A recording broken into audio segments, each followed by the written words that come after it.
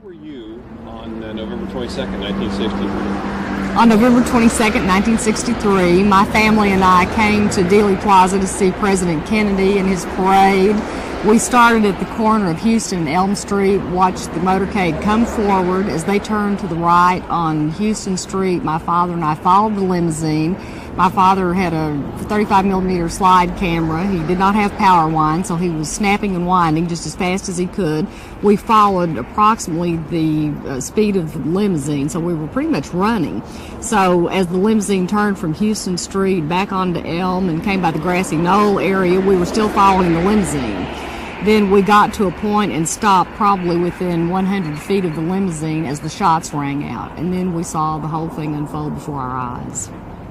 In terms of where we're standing now, how close to where we are now were you when the shots started happening? I'm probably a little closer now than I was the day of the assassination, but I had a full view. The crowd was not very great at this point in the parade. Further up Main Street, there were a lot of people that were probably 10 deep from the curb back, but at this point in Dealey Plaza, the crowd was pretty thin, so we had a good view of the president's limousine. So I was very close and could see everything. In terms of what you saw, what did you see? Well, I'm sure this is something you've seen before. You described it. What did you see?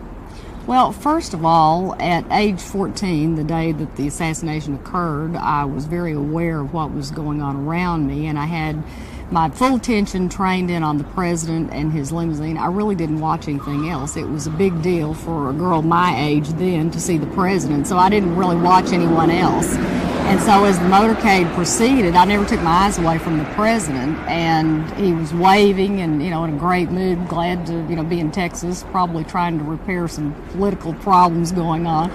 But I was, real glad to see him waving like everyone else, and having my eyes totally trained in on him, I saw all the things that happened within the limousine, the reactions from the shots. And when he was hit, he grabbed for his throat. And the most important thing I remember, of course, is the headshot. When the headshot occurred, his brain matter just blew out the back of his head. It was a sunshiny day like it is right now, and when the sunlight hit the brain matter, it just illuminated. There was an orange aura around his head, and you'll never forget that kind of a sight. You described it as being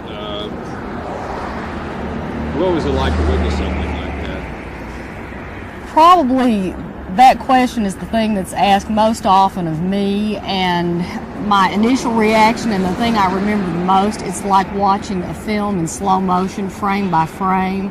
I feel like it's probably a protective mechanism in looking back, that I didn't go into shock, but I just couldn't believe my eyes. I knew what I was seeing, but I was still in disbelief.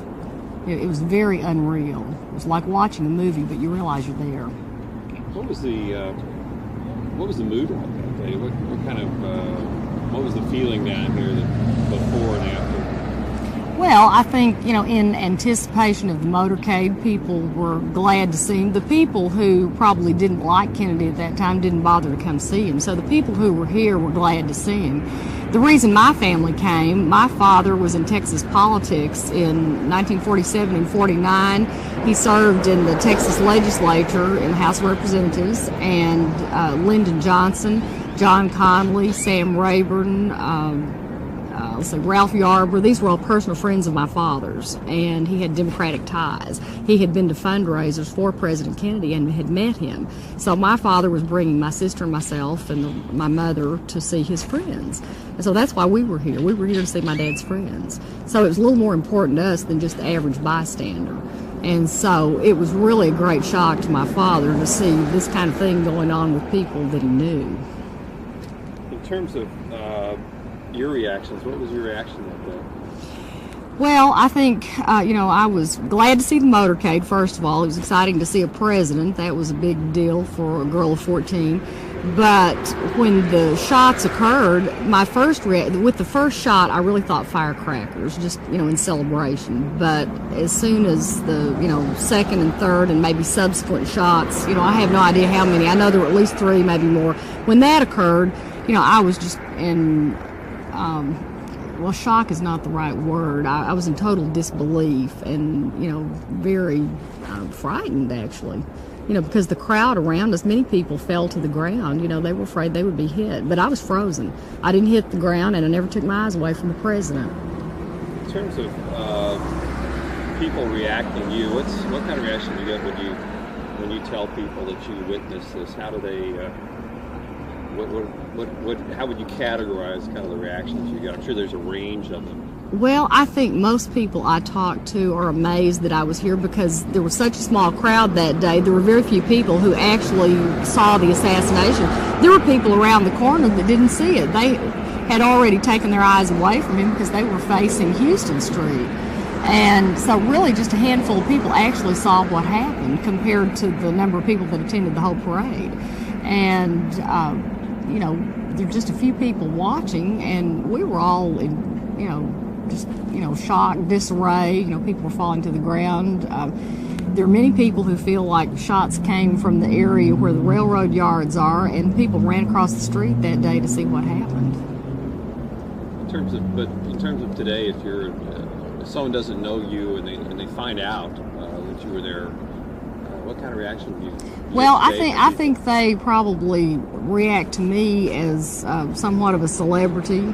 I'm unusual because I was one of the few people here that day, and the fact that I remember it so well. There were children younger than I was that day who probably don't remember as well. If you were like 5 or 6 or younger, the chances are you're running around not paying attention. But I paid attention, and so I remember it well. And people feel like it's unusual that I can recount everything specifically. In terms of, would you say people are still fascinated with this? Oh, very fascinated. If you met 10 people or 100 people who found out about this, what kind of percentage of them might be fascinated versus what percentage of them might go, oh, isn't that nice for you, or something like that? I would say 80 to 90% are fascinated. I attended a symposium at the Hyatt Regency here in Dallas, November the 14th or the 16th.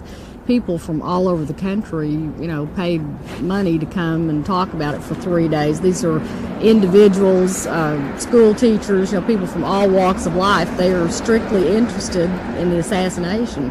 And my mother and I were there. My dad was in the hospital at the time, and now he's home and doing well. But we were somewhat of celebrities. We were signing autographs, and people wanted to see my dad's pictures, and they were amazed that we were there and had the pictures of it. In terms of the why, it's been 28 years. Why do you think people continue to be drawn to this moment, fascinated by it? Well, it's probably one of the most important things that's happened in history and, in recorded history. And the thing has really not been solved. We don't know all of the details of why Kennedy was killed and who did it, and we may never know.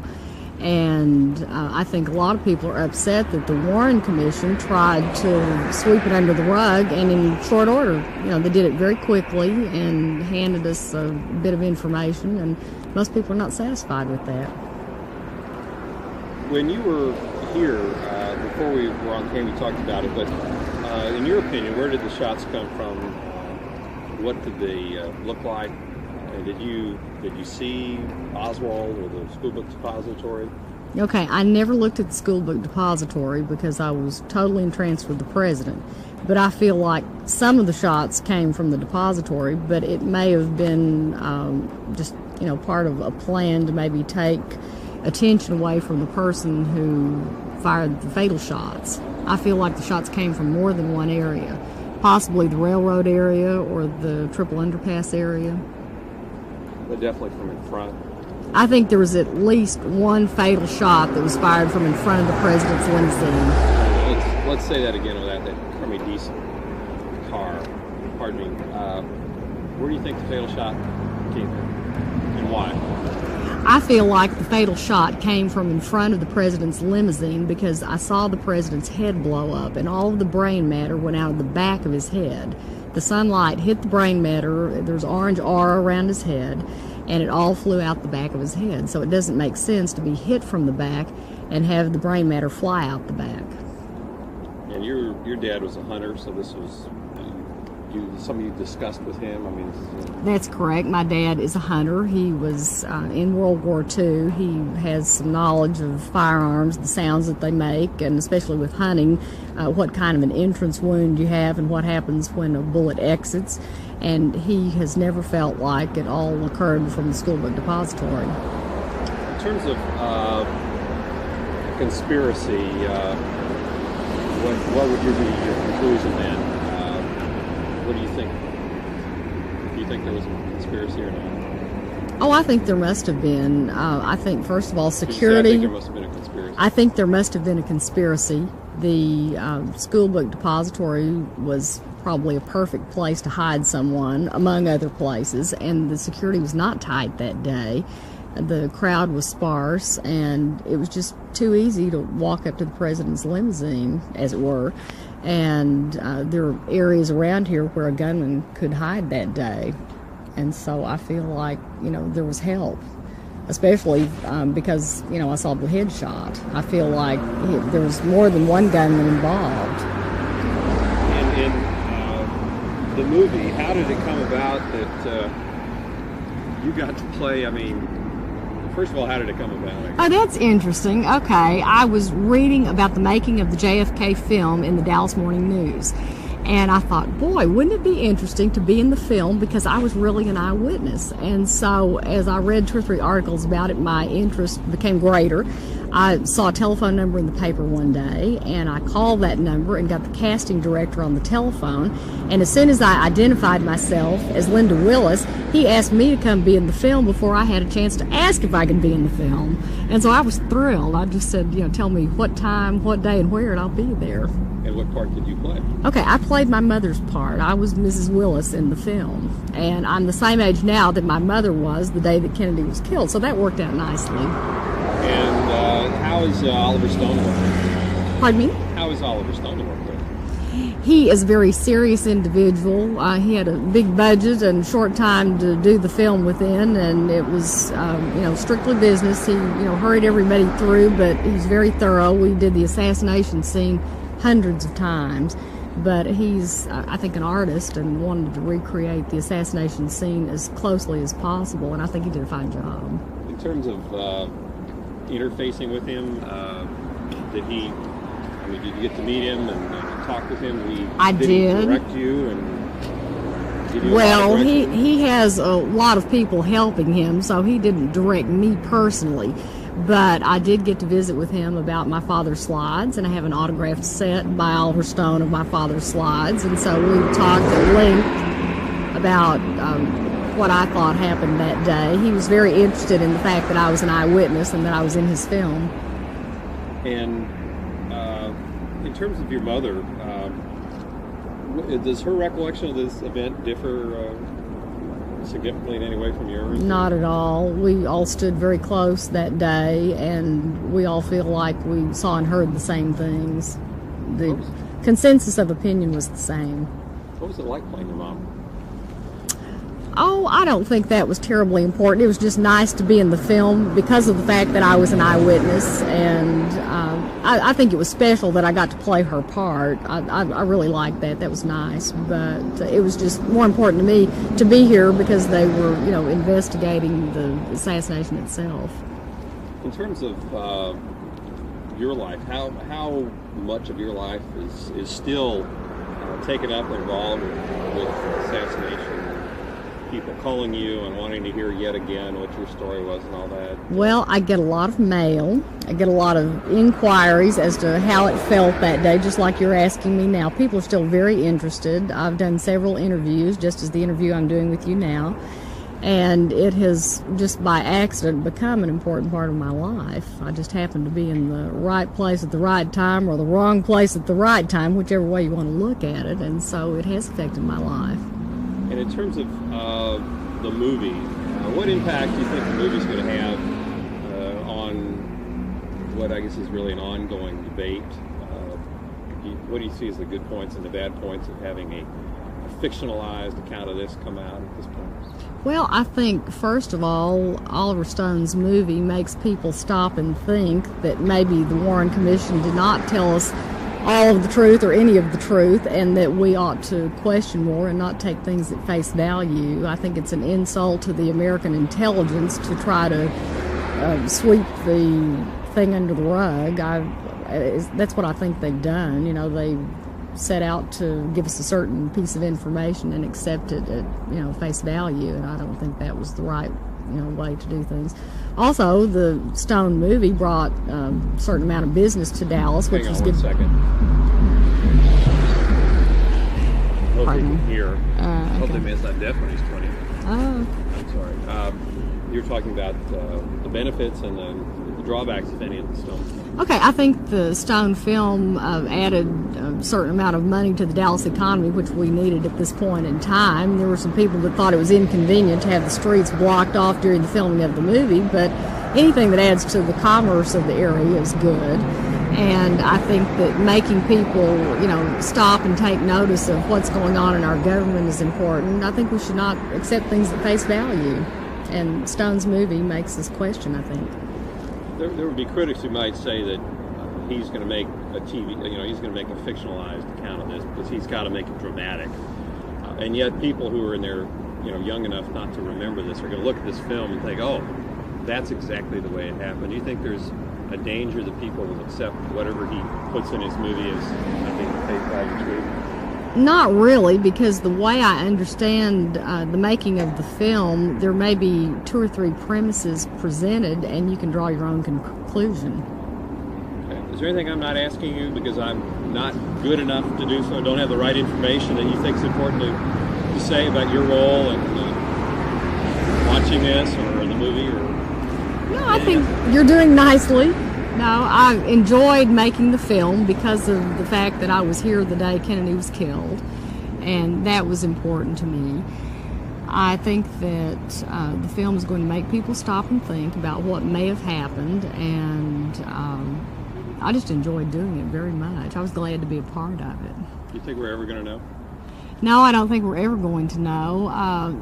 Probably the only thing that I have not mentioned that I think is really important is the fact that my dad's film was viewed by the Secret Service the day of the assassination. My family went to the Eastman Kodak plant near Love Field that afternoon, and my dad was in the lab with the Secret Service and the lab technicians watching his film being developed. And so in viewing the slides taken that day... Hang on 1 second. I'm sure this is important. This is important. The most traffic and the most airplanes we have. Right. I'm sorry. It's sounding important to me. This is important. Okay. See, I knew there was something I didn't know. There's so much I don't know. More of that film they ignored, right? No. Okay. Larry, don't jump to conclusions. Okay, you don't know what I'm going to tell your story about your dad. Your dad took a lot of pictures. Tell us about what happened after this.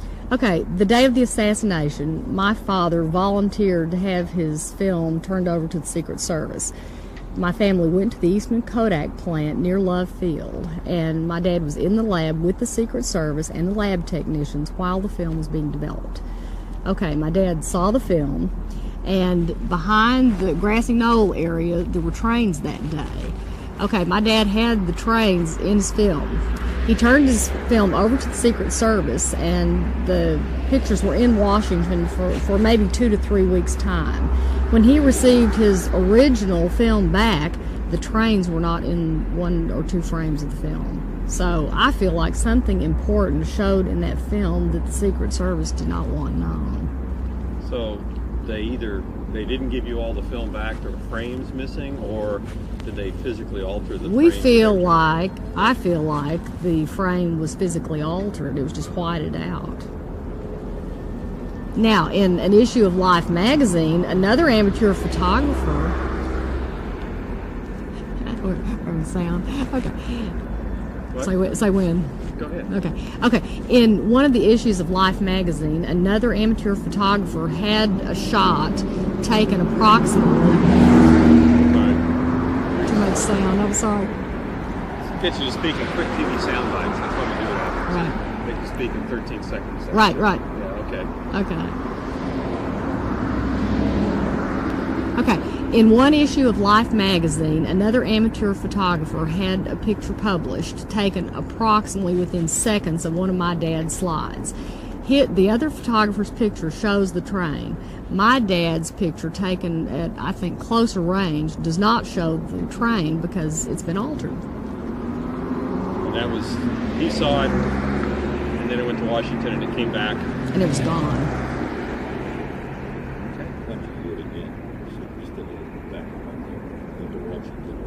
Oh, okay, yeah, just to sum this up then, what was the deal with your dad's photographs?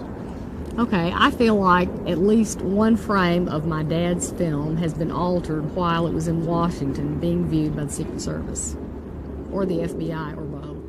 People ran up this hill that they identify as the Grassy Knoll, and there were railroad tracks back here, and there were people running to that area to find out what the commotion was. So, there had to be something going on back there. My dad allowed the Secret Service to take his film to Washington and study them for a good period of time. I'm afraid I can't be exact without doing a little research, but it seemed to us like, I don't know, maybe a couple of months. And my dad really felt like one of his photos was altered, because if you look at a memorial issue of 1964 Life magazine, there's a blue cover with John Connolly standing on the front, and that particular magazine, I think, is fairly valuable now. And inside, it retells the story of the assassination day, and there are several amateur photographers who have shots that were taken looking toward the Grassy Knoll and within seconds of each other. And so if you look at some of the other photographs, if you look at my dad's picture, the vantage point is slightly different, but it's the same subject matter. And so this loggia over here, this little concrete arcade that separates the Grassy Knoll from the train yards, you can see through that, and that day there were trains back there. And in some of the photographs, the trains show, and in my dad's particular photograph of that area, the train's missing. Now, the day of the assassination, my dad went to the Eastman Kodak lab with Mr. Zapruder and the Secret Service to have all their film developed at the same time. So my dad saw his film straight out of the camera. He knew what was in there, and when he got it back from Washington, the train was gone. Really? And nobody has been able to explain that to this day. So we have several reasons to think that there's a conspiracy. If you will look across Elm Street going toward the Triple Underpass, there is a signpost overhead where it says Commerce Street, Thornton Freeway, and Simmons Freeway. And my dad and I were standing between the first silver pole and the black pole, just out in the park. And when the motorcade made its turn onto Elm, my dad had continued taking pictures, and when he got to that sign there, he stepped off of the curb and captured the shot that was the last photograph of Kennedy alive. And then the shots continued.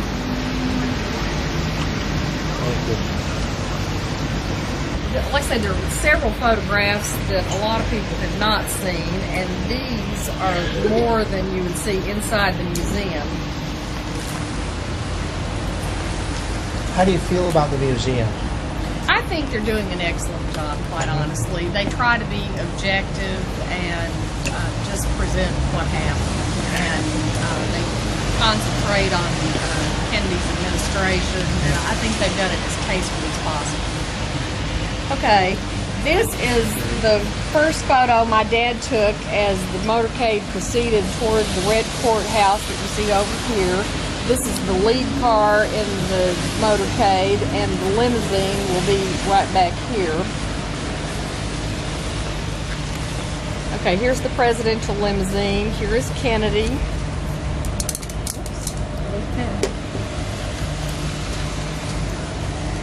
Okay, the limousine has made its turn onto Houston. Here's Jackie. Here's Mrs. Connolly.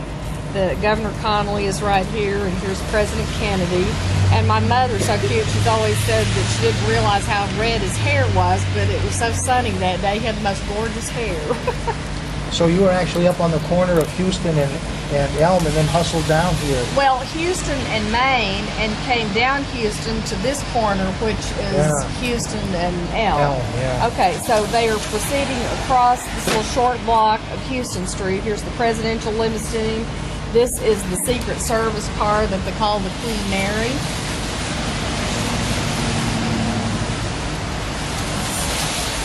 Okay, now they are picking up speed here, and the presidential limousine has turned in front of the school book depository. And at that time, they had screens in front of the building made of concrete, sort of like a concrete tile, maybe. And so the picture is not quite as clear because of that. But as you can see, my dad was close. He had stepped off of the curb. It was just a few feet from the limousine. And at this time, I was by my dad's side at all times. I was a very dutiful child. My dad said, stay with me. I stayed with him. So I got to see everything that he did. Now, this is the picture that you've probably seen inside the museum. This is also the photo that my dad says the train is missing from because it's very white back here. At one time, a train was in there. Now, this is the last shot before Kennedy was hit. He has not been hit at all. And here's the president, and here's Jackie. And this is a gentleman that they have identified in some theories as the Umbrella Man. You weren't aware of any shots to this point in time? There were no shots until after this shot, or photograph. Okay, now, the shots have occurred. The president's limousine has made it down to this area just before the triple underpass. Another thing that's really odd, this gentleman was identified as someone who worked in maybe a shoe shop, and he is just walking along whistling like nothing has ever happened. Just walking up the road, just oblivious to the world. Anybody know who he is? I don't know his name. I think it's possible that he's been identified, but I personally don't know. I'd have to do a little research on that also. This is a press car, and people have, this is the Newman family. This lady and the two little boys, this is the Newman family. And they have, covered their children, and they're looking up the hill. And a lot of people seem to think that a gunman could have been in this area behind the picket fence. There are also some railroad workers up here. Read your books and you'll get to read about all these people that they talk about. But anyway, everybody is running this direction, partly because of the presidential limousine, but they're not running toward the school book depository, and they didn't run to the depository. Yeah, see, everybody's going this way, and also if the field or the range were wide enough for my dad's camera, you would have seen people going up the hill here also. Hang on just for a minute. There's Beverly Oliver. That's right, the babushka lady. Yeah. That's and right. And in front of her with the red dress is Jean Hill that she spoke of. That's correct. Yeah. That's right. Now, my family stayed down here a while, and so the police have made it into the school book depository. This gentleman looks remarkably like Jack Ruby. Now, Gary Mack, who is here at the museum, says that it's not, but I couldn't tell you. But I do know this is a real picture of Jack Ruby. So, you decide. Very, very interesting. Wow. Hey, which guy? Okay, this gentleman looks like Jack Ruby. Oh, My I thought you dad were always pointing at thought this. I was that like, it was, and this is Jack Ruby. This was a photo taken when he was in court. Well, it sure does. Yeah. Amazing. Yeah. Now, these are just pictures of the crowd and the policemen outside of the depository. This is the depository building, and Dow Tech's building across the street. That's here. correct. That's right. Just around the corner from us. That's right. Now, this was purported to be the gun that Oswald used. The policeman brought it out and were holding it up for everybody to see. So you stayed right here, didn't you? We did. We stayed for a good period of time.